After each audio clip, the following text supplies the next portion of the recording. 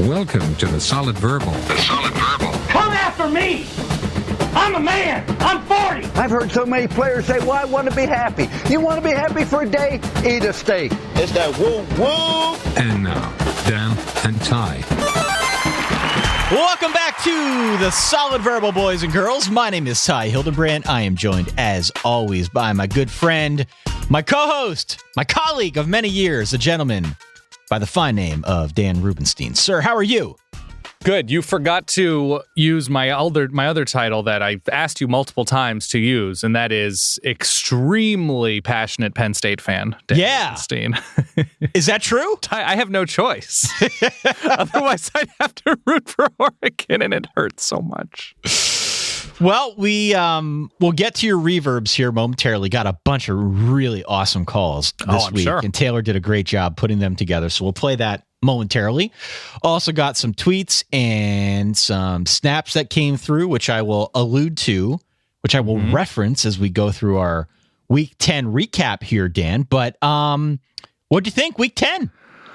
Week 10, going in, we didn't think it was the deepest week of intrigue. Obviously, the headliner was LSU, Bama, Ohio State, Nebraska, and both of those games disappointed in their own fun ways.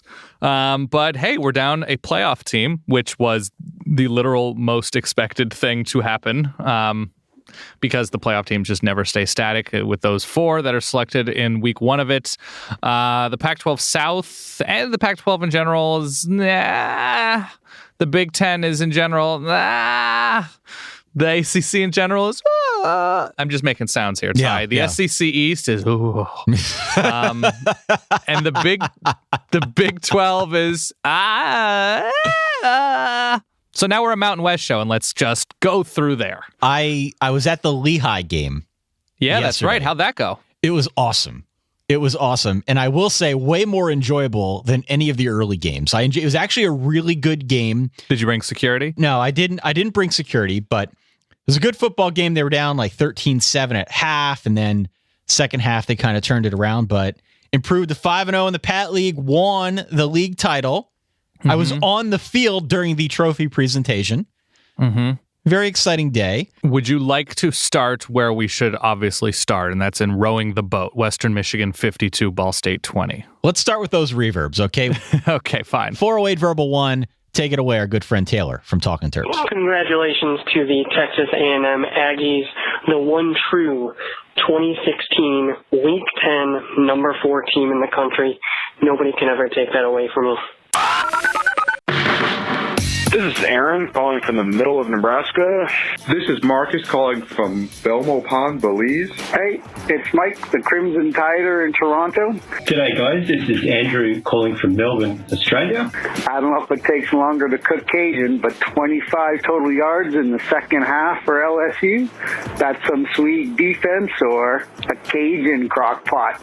Roll Tide. Just watching Bama crock pot click over to the warm mode, and that is clearly rendered. Who knew that Tigers were so well marbled? I just watched my Crimson Tide win a knife fight in a phone booth. What was your favorite score of the first half of Alabama-LSU? What was your favorite LSU punt in this game? I just want to say thank you. Tyler's blatant disregard of the Mississippi State A&M game was reverse thinks enough for the Bulldogs, and we'll take it. A battered Aggie checking in with my playoff dreams dying as quickly as they were born. You talk to your kids about secretly garbage Texas A&M? November is coming, and you doubted him. Dan and Ty. In case there were still any doubters, remember, the 5th of November. Texas is back to over 500. I gotta be honest with you. Texas Tech is hot garbage, and obviously Texas is at least very warm garbage. I know. Charlie Strong. I had a garbage week, but it all was worth it for this one glorious moment. And I just wanted to give a shout out to the Frogs. Amen. God bless. Baylor, the college football gods are angry with you. Fire everyone! I was also at the 6-4 Penn State-Iowa game in 2004, and I couldn't be happier that less than 5 minutes into the second quarter, the Lions have already surpassed the combined point total from that abomination. Yay, Wisconsin made a field goal. Let's see if they can open up this tough can of peanut butter for Grandma next. Saquon Barkley for Heisman. Just watch my Hawkeyes get destroyed by Penn State. They have to play Michigan next week. The Ann Arbor Ruth Chris is probably stocking up on some steaks now. Just got done watching Michigan and Maryland. DJ Durkin, don't take it personal. You just left Jim Harbaugh, and he gets a little upset. The question for tonight is Mike Leach going to dedicate tonight's win to Geronimo, Attila, or Genghis Khan? All I gotta say is, Ronald Jones, stop, he's already dead. Why does Brian Kelly trust the defense? They've cheated on him so many times this year. I just saw that incredible play by Equinemius St. Brown. Just wanted to say that I thought it was funny that Notre Dame has the player this year most likely to be featured in a Key and Peele sketch. I'm ringing up to say that they should save time and money and post Lamar Jackson his Heisman Trophy right now. Why wait? He's got it in the bag. My dear Susan, today we were defeated. General Trubisky unleashed Lieutenant Elijah Hood's rushing attack and beat me at my own game. All my love, Paul Johnson. All right, great calls. Thank you. Spicy. Thank you again. 408-VERBAL-1, 408-837-2251. I had the opportunity this morning of looking out to see what the landscape looks like in Week 11, in Week 12, really until Week 13. I feel we're going to be relying a lot on these calls to get us through, to provide ample motivation to do this show on a Sunday morning, because the meaningful college football games are few and far between over the next 2 weeks. Did you look at next week? Ooh, man, Washington, USC. And I guess that's it. That's it. Save us, Ole Miss, Texas A&M. You're our only hope. Oh, God, no, please do not. Save us, LSU, Arkansas. You're our only hope. Oh, really? Save us, Cal, Wazoo. You're our only hope. Okay, that game's going to end up 77-70 maybe. There's something there. You want to start with LSU, Bama? Yes, let's do it. Ty, quick question.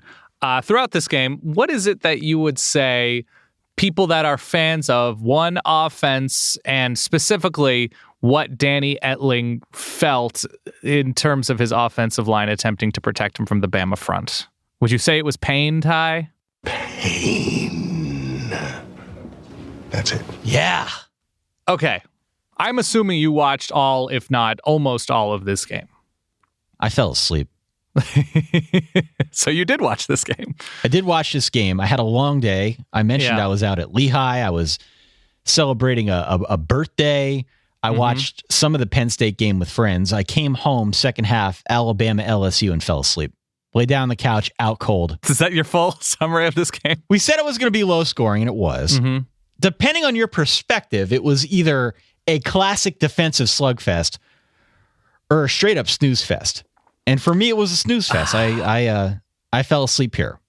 I can't imagine people are going to be writing for this being a defensive slugfest like they did a few years ago in the 9-6 game, just because it was a true freshman quarterback in the Purdue transfer. So in terms of throwing ability, it's not like these two quarterbacks coming in had a degree of confidence that they were anywhere approaching NFL caliber right now.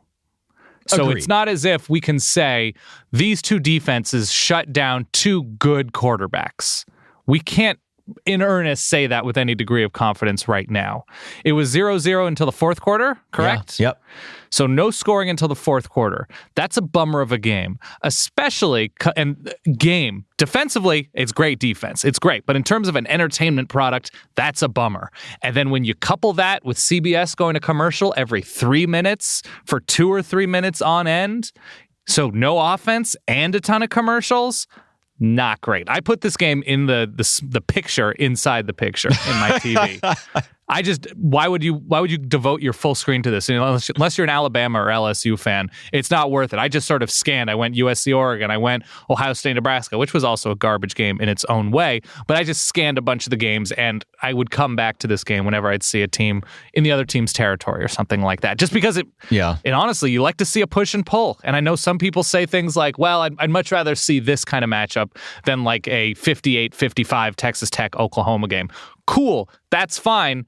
They're half games in their own way, but at least there's like some sort of action and drama to that Big 12 game rather than we cannot do anything on one side of the ball. Well, LSU was held to 125 total yards, 4 of 15 on third downs. They had just 6 total first downs the entire game. So clearly a dominant defensive effort for Alabama. Unbelievable, yeah. The difference, though, was that Alabama was able to get some production out of its ground game. And LSU wasn't. Between Jalen Hurts and Damian Harris and Bo Scarborough, Bama had 219 yards on the ground. For LSU, Leo Fournette, I feel bad, man. Held to just 35 yards and 17 carries. That's it, and that's all, man. That's what it comes down to. If you're relying on Danny Etling, this is what I said in the preview. If you're going to rely on Danny Etling, and believe me, I'm a fan of the Purdue takeover, but his QBR, according to ESPN, was 5.7. 5.7.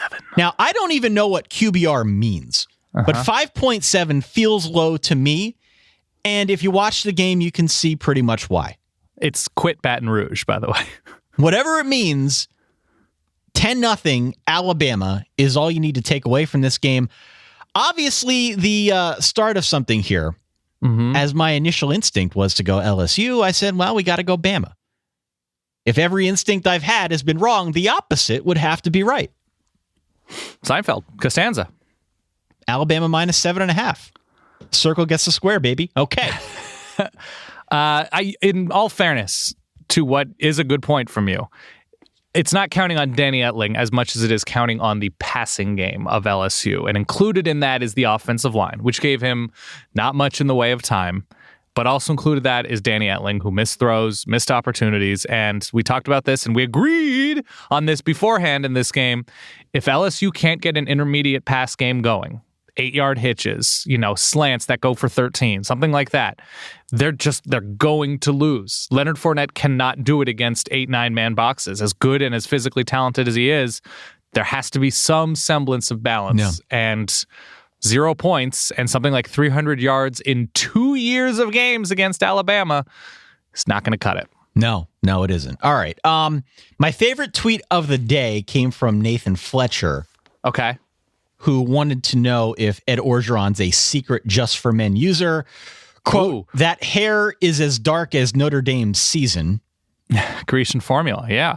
Which was a great line. At some point, maybe on Wednesday, I want to get into the article penned by our friend Stephen Godfrey, who threw out Jimbo Fisher, Tom Herman, Jim Mora,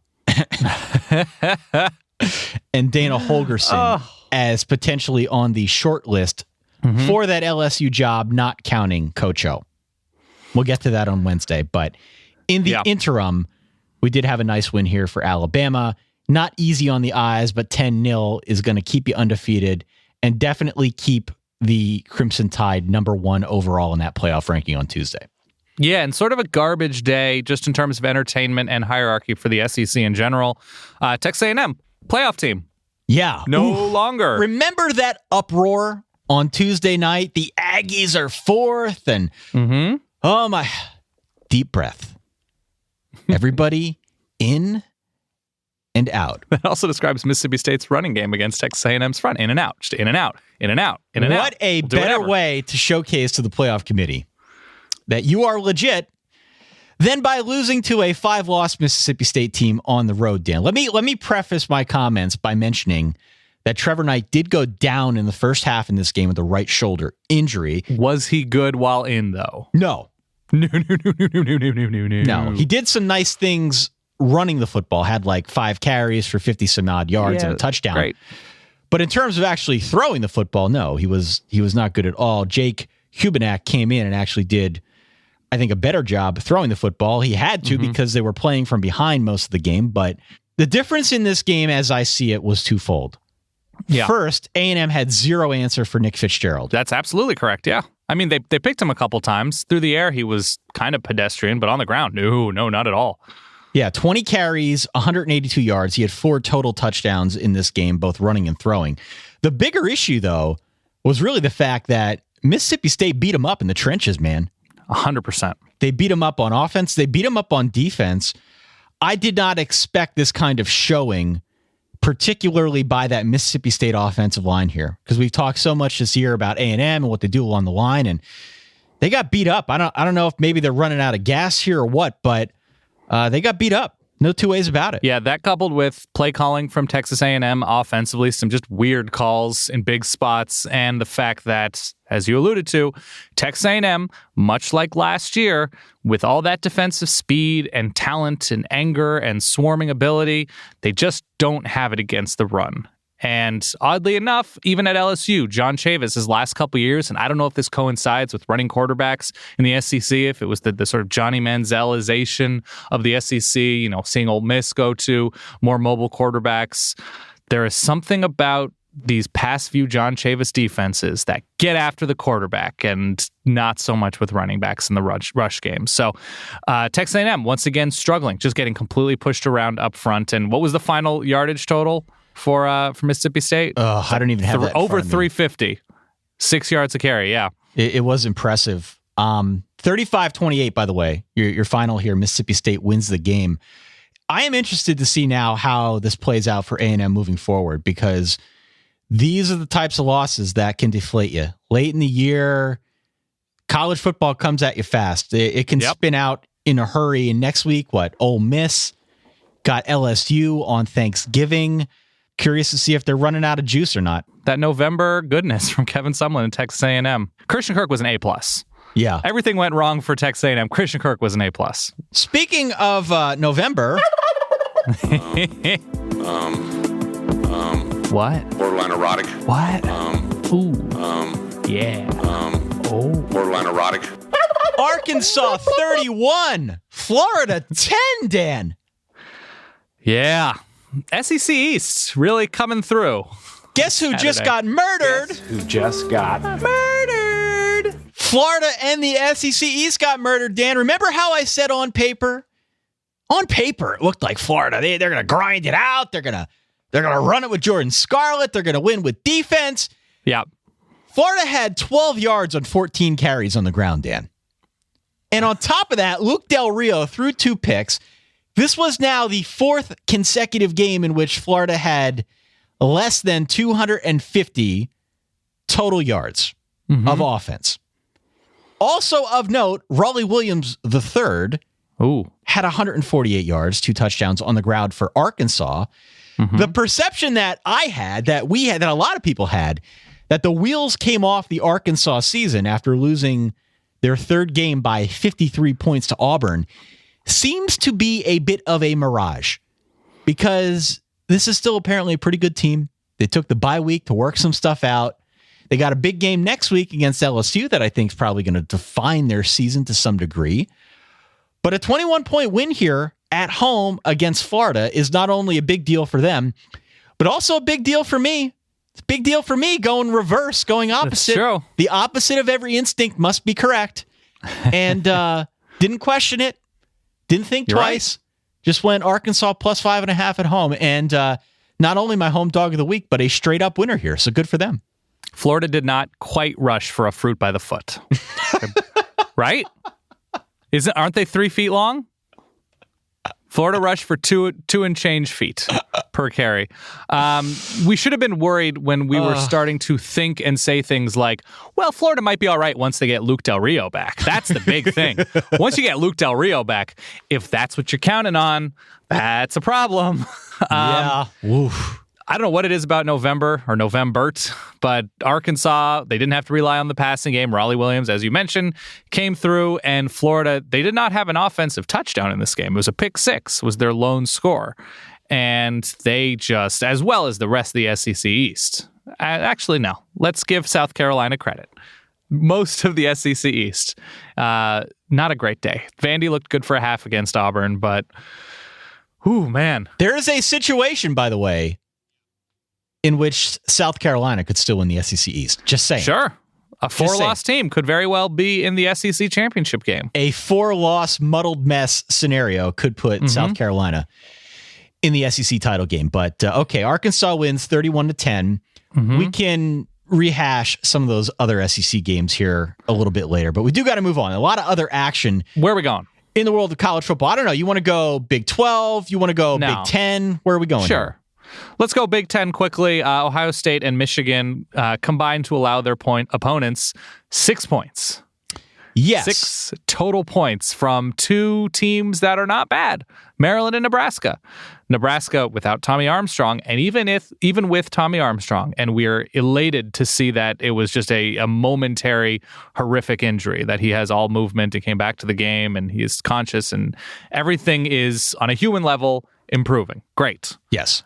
Nebraska was trash. They got and murdered. That was combined. They got murdered.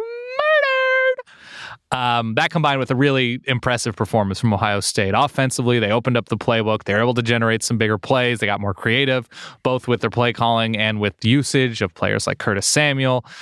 Defensively, their secondary is an offense. Their secondary is probably... I wonder who is going to score more points in the Big Ten. Is it going to be, per play, Ohio State's secondary or just Michigan State, period? Just Michigan State, period. Ohio State looked crazy good in this game. And as we've talked about earlier, and I'm sure you have thoughts, when the luck runs out, that LRO team, it runs out demonstrably. We saw it with Tennessee. We're seeing it with Nebraska. And Nebraska's totally fine. They are pretty good still, but my goodness, was it not their night? Yeah. Holy cow, man. Well, this game was over at half, 31-3. Yeah. What else can you say here? I think you hit it on the head. JT Barrett looked pretty good. Curtis Samuel and Mike Weber. Everybody got in on the action for Ohio State as they win by 59. They've now got road games against Maryland and Michigan State before coming back home on Thanksgiving weekend to play Michigan. You mentioned Michigan, for their part, won by 56 over Maryland. They ran up 660 total yards. Clearly, those two teams are on a collision course. Penn State also got in on the fun. Didn't quite get to 600. They got to 599 total yards against I think, decent defense against Iowa. They have now scored on 14 of their last 18 offensive drives. And I quote, I think I just got to take the point, Stan. I've seen too many close Iowa-Penn State Now, games. hold on. I didn't go against my initial read here. Right. Because I still have scar tissue that I'm working out from that 2004 fiasco. As I mentioned to some gentleman on Twitter, I'm still paying off all the therapy sessions that game brought on. So I couldn't pick Penn State to cover, even if it meant the reverse jinx of a reverse jinx of whatever. Yep. But 41-14, Trace McSorley's been really comfortable now. Saquon Barkley had 211 total yards and looked good. Their defense was solid. They held Iowa, a running team, mind you, to 1.2 yards per carry in this football game. Unreal. We're now talking about a 7-2 probable top 10 team in Penn State, which is incredible to me. Not unforeseen that Penn State could find its way to the Rose Bowl. It's still on the table. It would be, which I would have been shocked to hear myself say before the season started, it would be a surprise if Penn State does not go 10-2. I would agree with that, yeah. Indiana and Rutgers on the road, and just an absolute trash Michigan State squad. They are better than the remaining 3 teams on their schedule. Demonstrably, they should win. yeah. They should win. Can we pause and take a moment to say, Saquon Barkley? Yeah, man. It's a rough year just because the running backs there's so many good running backs across the country, to sort of say, yes, without a doubt, Saquon Barkley should be in New York at the Heisman Trophy presentation. But even if he's not, he takes a backseat to nobody in terms of running backs this year. Their offense becomes so much more dangerous when the defense has to say on every play, where is Saquon Barkley and where might he be? And that is a testament to how this offense has evolved, how Trace McSorley has taken advantage of defenses peeking at Saquon Barkley the whole time. Really fun to see Penn State moving on up very quickly. Saquon is Shady McCoy, but with the higher top end speed. Yes. And I think a little less propensity to dance around in the backfield. He's a little bit more north-south of a runner.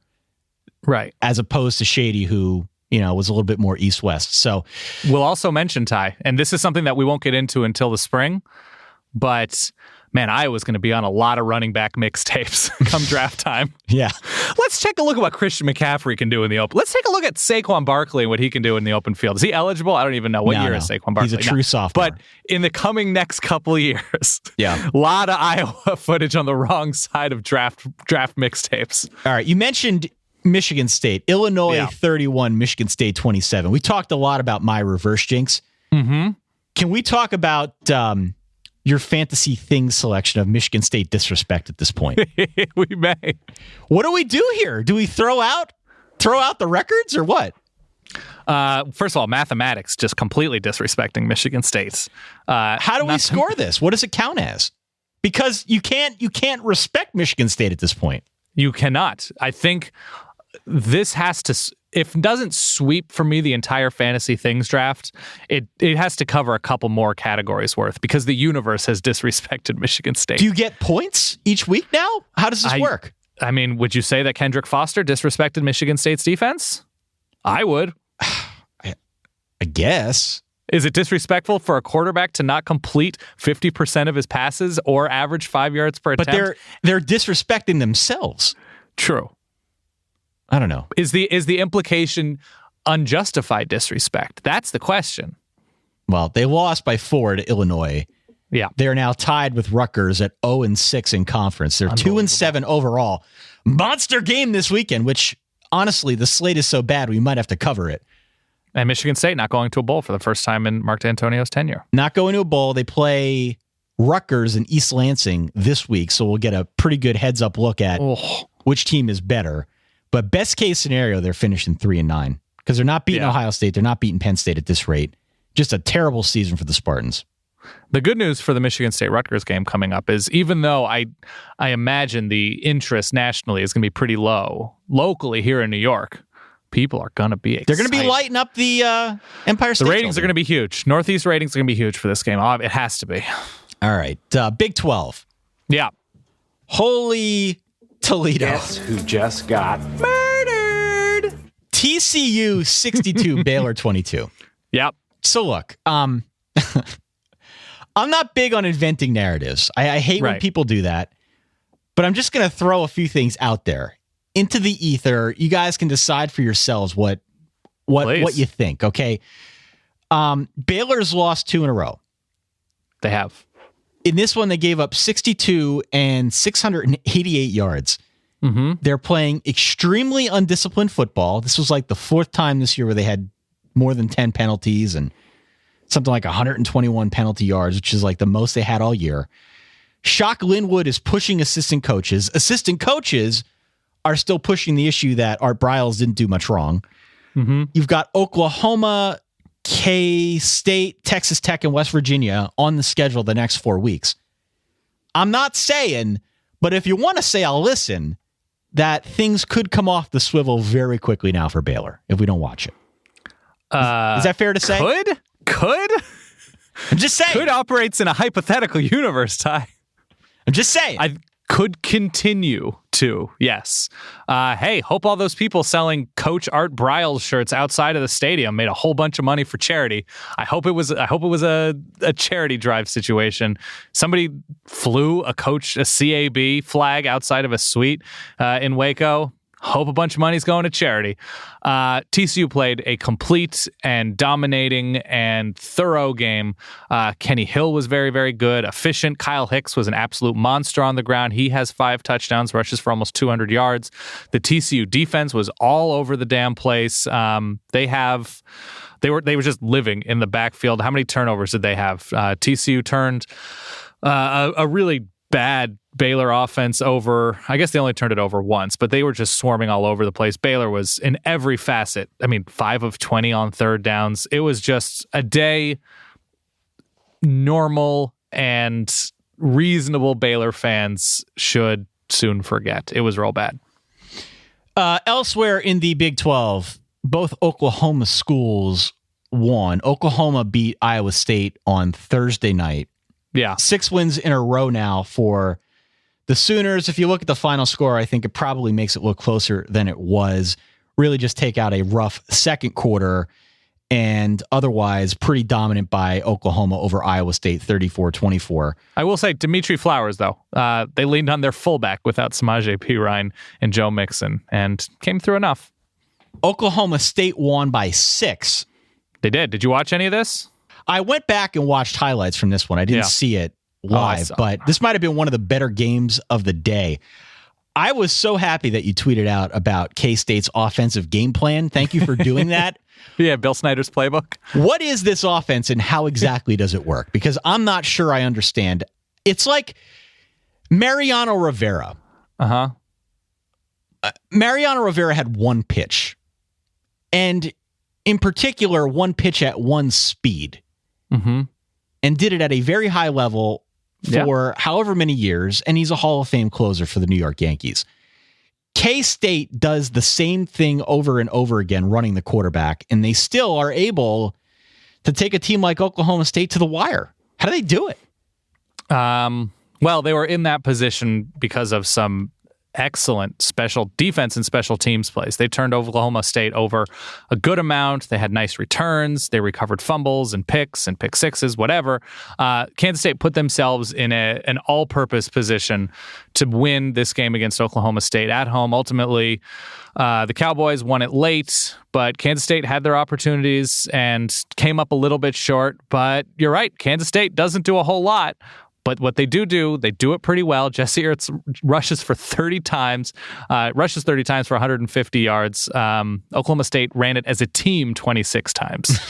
So Junkyard Jim Washington was real nice, had a great 82-yard touchdown catch. You see that one? Yeah, early on, he had a really nice touchdown catch. And also encouraging from Kansas State, Alex Barnes, the young running back, a really nice day, just was not leaned on like Jesse Ertz was leaned on. So Kansas State in position to take this, but Oklahoma State moves in our minds to 8-1. Junkyard Jim. It was that big catch late that allowed them to get back within one score and win it. Yep, and Oklahoma State coming up. They have Texas Tech, which they should win. It's at home. Texas Tech is a limited team, but does a certain number of things well. At TCU is going to be tough, and on the road for Bedlam is going to be very tough. So we shall see. Texas 45, Texas Tech 37, Woo. Dan. Woo! Holy crap. Did you see Deontay Foreman? 33 carries, 341 yards, 3 touchdowns. Yes, I did. Honestly, when he was running, it was debatable whether or not they were even trying to tackle him. There was so little resistance here. Yeah, not a lot of defense. He averaged 10 yards per carry. Shane Bichelle was fine, nothing particularly special, especially downfield. Deonta Foreman is the story. The defense tightening up in the second half, only allowing 14 points. Charlie Strong did a nice job there. Pat Mahomes was fine. I don't think he threw it a ton, but didn't have a ton of success downfield. Charlie Strong keep his job? If they can close out the schedule, I think Charlie Strong keeps his job.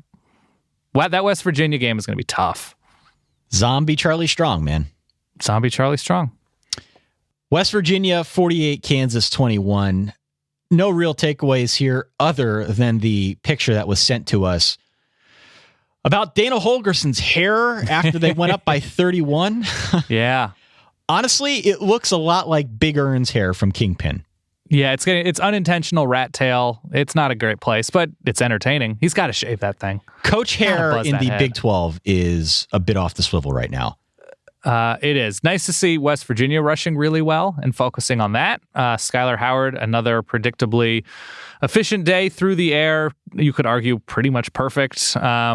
And Dakeil Shorts and Shelton Gibson continue to be multiple weapons. Good for Dana Holgerson and his staff. They continue to recruit excellent and develop excellent skill talent. All right. Before we move forward, let's pay some bills here. Yep. SeatGeek is by far the smartest, easiest way to find tickets.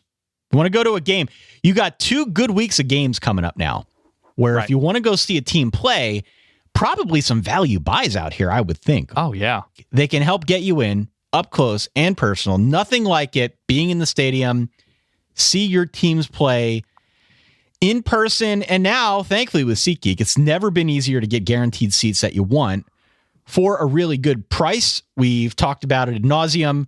Not only do you and I check SeatGeek regularly just to see what's out there, but we do have verballers who tweet in, let us know that SeatGeek is working out for them just fine. The cool feature is they help you get the most bang for your buck. Every ticket on their site is graded based on value.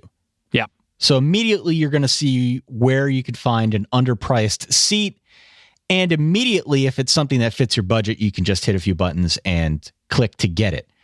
Every ticket on the site is backed by a 100% guarantee. So you can shop with confidence, know that the ticket you're getting is something that's, not on the DL. It's True. all good. We've used it. People out there have used it. People really seem to like it. Plus, right now, if you use the promo code SOLID, you can get a $20 rebate off your very first SeatGeek purchase. So the way it works basically is you download the app, SeatGeek, it's free. You go into settings and you add the promo code SOLID, SOLID. After you make your first ticket purchase, they're going to send you $20. $20 rebate. So it's as straightforward as they come. Free app. The promo code is SOLID. 2 weeks now. I'm saying this again. 2 weeks worth of games. If your team is playing, there aren't a whole lot of great games on the slate. Use SeatGeek. Check out how they're grading the seats. My hunch is that there are some value buys out there if you want to go see a football game. So go do it. SeatGeek. Do it. All right. Where are we going next? Let's go to the ACC. Let's go to the ACC, Dan. We can get through this one pretty quickly. Clemson won big. Lamar Jackson had 7 touchdowns. Yep.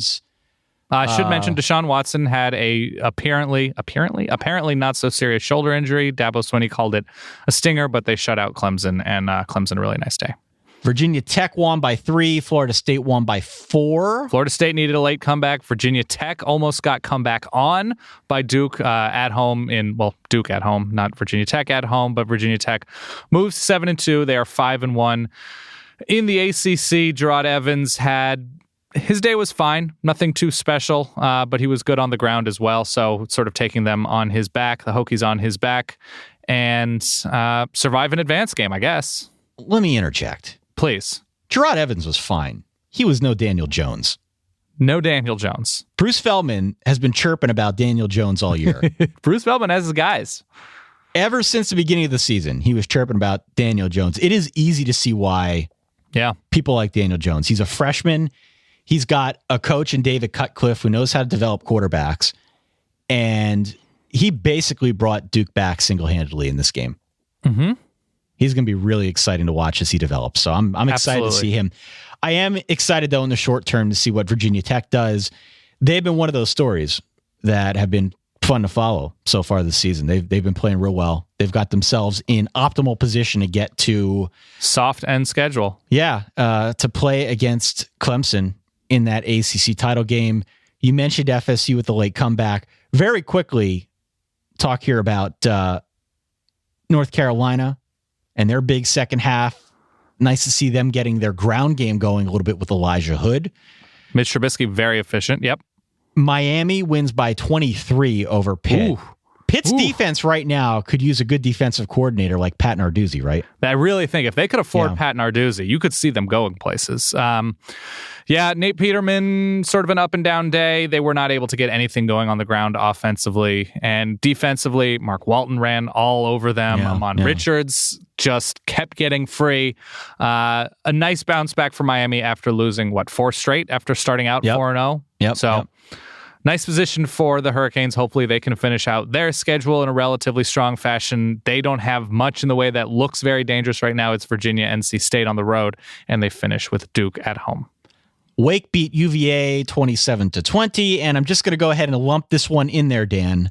Sir, bowl eligible. Oh! Wake Forest. Good for them. Here, I'm clapping. Yeah. Let's clap. Let's give them a clap there. Good for them. Yep. And I'm going to lump this one in. Navy 28 against potentially bowl eligible Notre Dame 27. What are you playing? What is that? This is the Village People, Ty.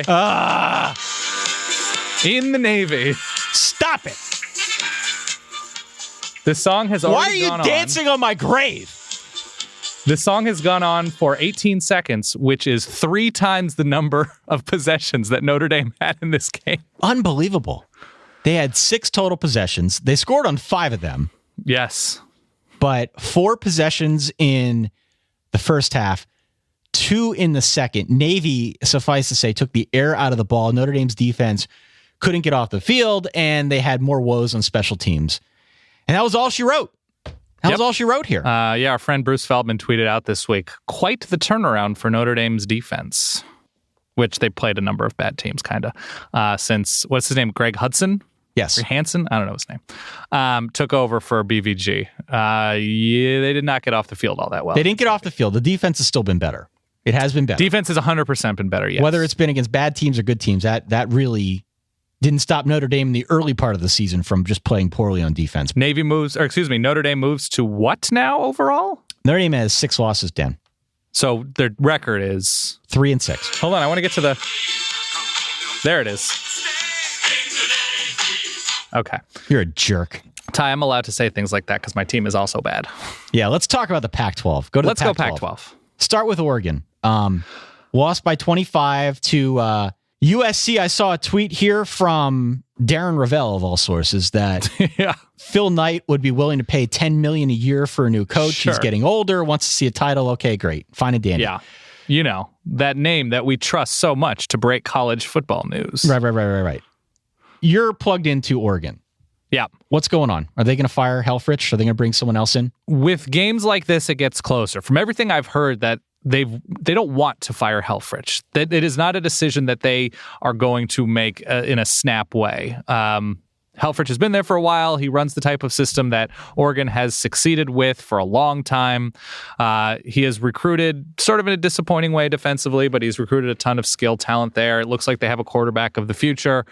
In this specific game, and in looking this uneven and uninspired at times, it gets him closer to finding his way out.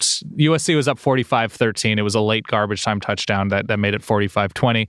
Justin Herbert was good, but they relied on a number of swing passes and screens. He had a couple of bad drops downfield, but Oregon's defense actually, after they fell down 17-0, I believe, they held strong. They forced a ton of punts in a row. The offense just could not get anything going on the ground. Justin Herbert was constantly under pressure by the USC defense, and I'm a little bit worried about USC's offensive line, but Sam Darnold is a good enough quarterback and actually reminded me, Ty, I don't know if you watched any of this game, just because of my specific experience watching Oregon football, he is a little bit of, doesn't have the downfield cannon, but in the way he plays, a little bit of Cardale Jones to him. Yeah?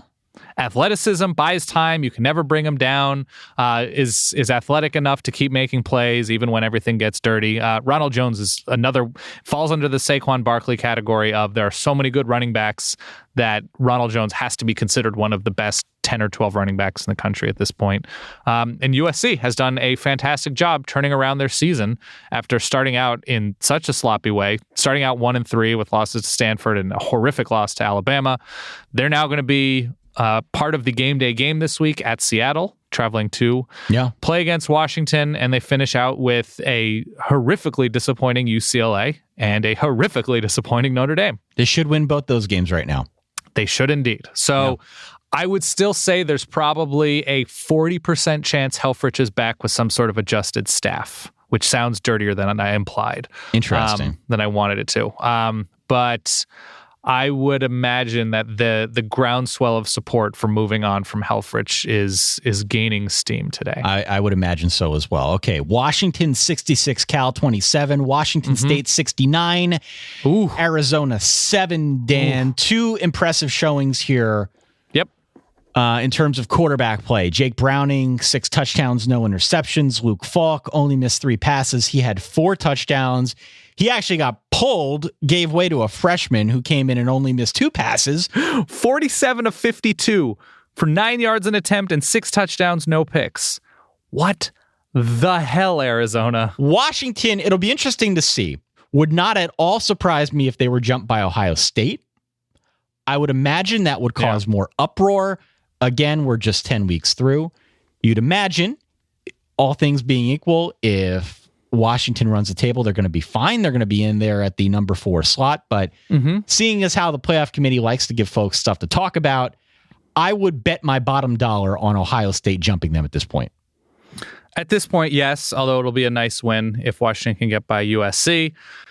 And Stanford is bowl eligible for all their struggles. They're 6-3, still a disappointing year. And we have neglected to mention, and it does not deserve a lot of talk, but UCLA fell to Colorado 20-10. I believe they scored a touchdown really early and then shut out of the end zone for 3 quarters. An extraordinarily ugly game. Don't bury the lead here, man. Yeah. I was going to say. Colorado had 8 personal fouls. There were 25 total penalties, 225 penalty yards, 2 block kicks, and 5 turnovers. It was extraordinarily ugly. Yeah, 25 total penalties for well over 200 yards combined. It was sort of silly at a certain point, but Sefo Lufau found a way, even with throwing his first pick in a long time, to get things done. And here is something that I thought was really interesting. I was reading Bruins Nation, our UCLA community on SB Nation. Jim Mora and Carl Durrell now have the exact same record in conference. Whoa. They are both, I believe, 24-18 in the Pac-10/12. What do you think of Jim Mora? I think Jim Mora has... First of all, Jim Mora is now playing with his own players fully. Yeah. And granted, the Josh Rosen thing hurts, but UCLA should have a couple decent quarterbacks. That's just, being in Southern California, you should have a couple decent enough quarterbacks. And the UCLA defense has been mostly fine. The Utah game was ugly on the ground, obviously, but outside of that, they've been pretty impressive. I imagine Jim Mora is back next year, but we should start talking about Jim Mora a little bit, about what is going to happen with him at UCLA. Yeah, I agree. That offensive change with Kennedy Polamalu, to go to that power eye pro style, has been a complete and utter failure. Also, Stanford did win, but they didn't cover, which means my reverse jinx worked. True. So I'm still accepting applications. Next week, I'm going full opposite. Full opposite. Every initial instinct, we're going in complete opposite. Because had I not done so in that Iowa Penn State game where I just couldn't do it, couldn't bring myself to go opposite, I'd have been 4-0 in our big games. True. See? Come on, Ty. I'd have been 5-0 if you count this one. So I'm going to go complete opposite. All right, you want to run through some other games? Yeah, go ahead. Just of interest, I joked about Western Michigan, but it's not funny that Western Michigan's really good. PJ Fleck is going to get, either this year or next year, I would assume probably in the Midwest, and probably not a huge national job yet, but he should be getting a Power 5 job sooner or later. They move to 9-0. The Broncos do, as they beat Ball State. Bowling Green has completely fallen off a cliff. They have not won a conference game yet after really looking good under Dino Babers last year. They lose to Northern Illinois. My boy Logan Woodside, the official MAC quarterback of the Solid Verbal. Holy Toledo.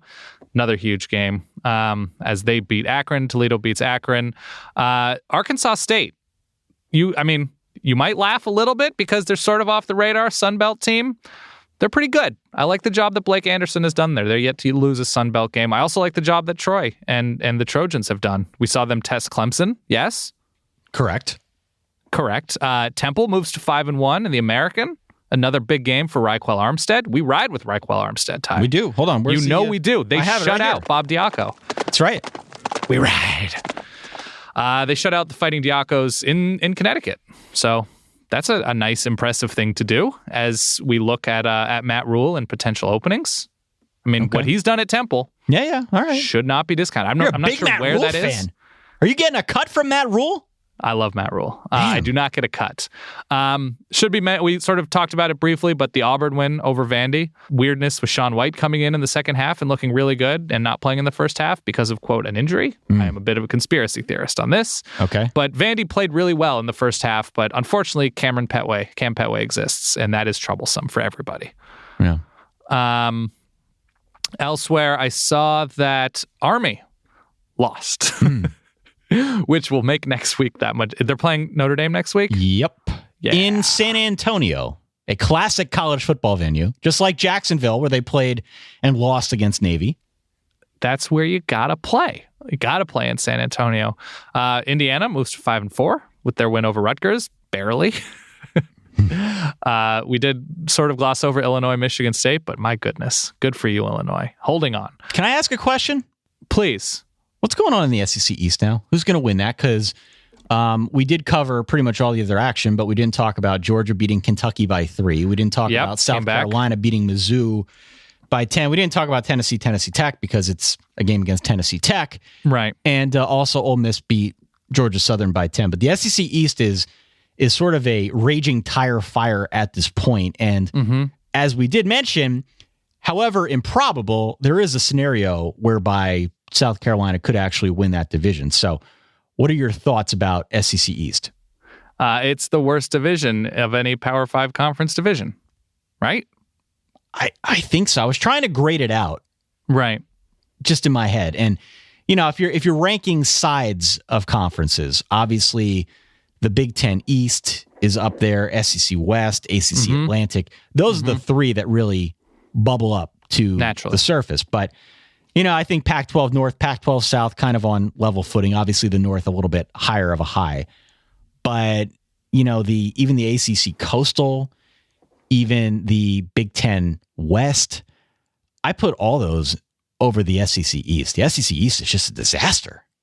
Yeah, we've got a South Carolina team that has shown flashes, but has also shown flashes of being bad. Georgia's offense, especially up front, has been wildly disappointing, especially given the running backs they have available to them. Kentucky has been fine, but they shouldn't be competing with schools with talent like Florida and Tennessee, and Georgia have at a number of places. Vandy's had a really nice defensive year, but they can't get much going offensively. Mizzou is yet to win an SEC game.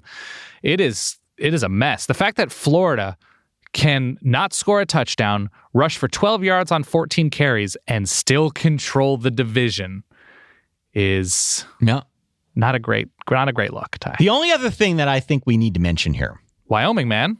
Wyoming, undefeated, Mountain West. Next Oregon coach, Craig Bull.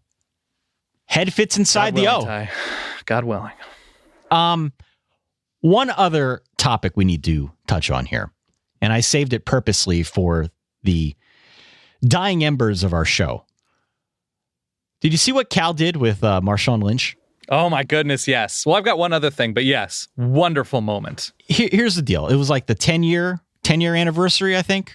Yes, of the cart, the overtime win against Washington cart. Yeah, where he drove the cart around. They steered fully into it, no pun intended.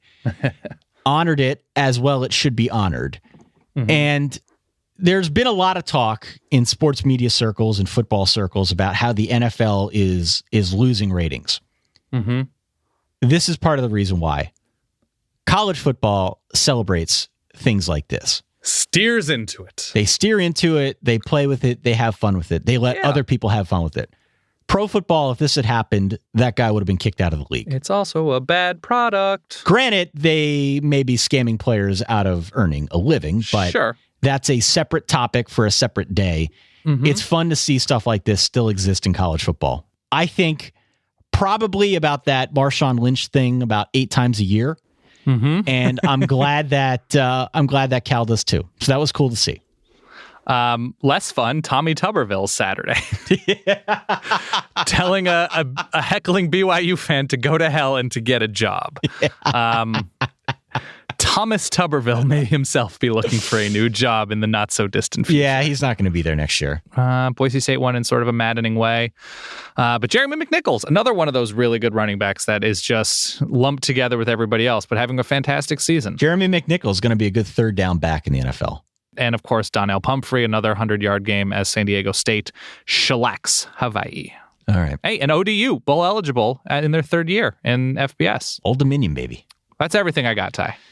All right, Dan. Well, fun show. Absolutely. Please do tune in on Wednesday. We'll have fun on Wednesday. Wednesday's going to be one of them fun shows because you look at the slate, not a lot of great games to discuss here, so we can really give ourselves some room to explore the studio space. Agreed. So you had a good time at the Lehigh game. Lehigh game was a ton of fun. And if I'm being honest, I kind of preferred that atmosphere to some of the big, 128,000 seat venues, whatever we have in college football. It was a lot of fun. Sundress is probably not as out and about. Not as vibrant a sundress scene, but that's only because it was a bit brisk. Nice fall day, but a little brisk. Did you have anything good to eat all day? I did have a grilled cheese sandwich. What kind of cheese? I think it was American, but they put tomato on there. Oh, gross. Which was good. I know you love tomato. Ugh. And had some fries. Yeah, it was a good day for a game. Did a little tailgating. What kind of bread? I believe it was just white bread, white sourdough bread. Okay, sourdough's good. It was actually a good game to watch. It was a good game to watch, and because the stadium is so quaint and you can sit wherever you want, you got a chance to kind of watch the players interact on the sidelines and see how things were developing just from a schematic standpoint in ways that you typically wouldn't if you're at a bigger college venue and you're not sitting up in the press box. When you consider the fact that you root for Oregon and I root for Notre Dame, and on top of that, Penn State's not going to be anywhere near the playoff, right. Lehigh is probably our only hope. Do you have Penn State as like your Power 5 team that you can justifiably root for with Notre Dame having a down year? I don't have that team. I just sort of watched college football games growing up. Like I liked UCLA, USC was fine, but neither of my parents went there or close relatives went to one of the LA schools. So I'm trying to figure out if there is a team that I can just sort of casually not root for and align myself with, but just hope good things for. I think it's Wyoming. I think it's Wyoming. I think it is the Cowboys. My college roommate's dad went there, which I like him. I like Craig Bull. I like their ugly-ass uniforms. They're so bad, the brown and yellow. It's a bit of a bummer that Dick Cheney's at some of their games. But otherwise, I think I'm going Wyoming. I think I'm just all in on the Mountain West. All right. Well, this has been a fun show. Thank you. That's where I am now, Ty. Thank you to everybody who called in. 408-VERBAL-1, 408-837-2251. Don't forget to like the Facebook page and follow the Facebook page. Any ratings or reviews that you want to post there or out on iTunes.com/solidverbal. All that stuff really helps. Can't say it enough. It really, truly does help. Yes. Helps us spread the word. Don't forget we're on Twitter and Instagram and Snapchat. Got a bunch of cool snaps. Had one from... What were the snaps? Had one from Corpus Christi, Texas, from a gentleman named Andrew who was at a brand new concert. Oh, that's cool. No sexy shots coming through on Snapchat? No sexy shots yet. Man, that's disappointing. No. I'm not gonna out and out ask, but I just figured at some point we get some sexy shots. No, not yet. Okay. Not yet. I've been checking though. Okay, I'm sure you have been. For that guy over there, Dan Rubenstein, for myself, Ty Hildenbrand. Enjoy your week. We will talk to you on Wednesday. Stay solid. Peace.